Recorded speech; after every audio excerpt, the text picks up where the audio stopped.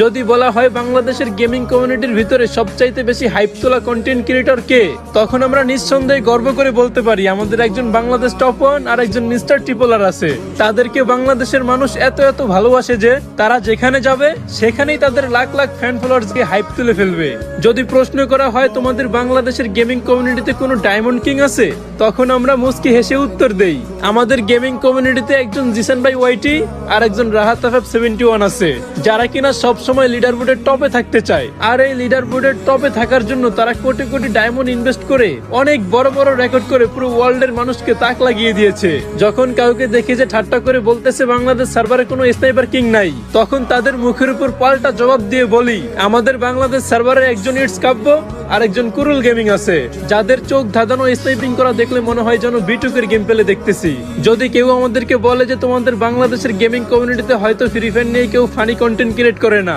তখন আমরা হতাশা ভরা চোখ নিয়ে নিচের দিকে তাকিয়ে বলি আমাদের গেমিং কমিউনিটিতে ছিল গেমিং উইথ তালহা, বটলা নাহিদ, পুরো রুবেল, মামা গেমিং সহ আরো অনেক ফানি কন্টেন্ট ক্রিয়েটর। একটা সময় ওনাদের ভিডিও না দেখলে পেটের ভাত হজম হতো না, আর আজ বহুদিন হয়ে গেল তারা কোনো ভিডিও আপলোড দেয় না, আর আমরাও একটু মন খুলে হাসতে পারি না। আর হ্যাঁ, তোমাদের পছন্দের ইউটিউবার কে কমেন্টে বলতে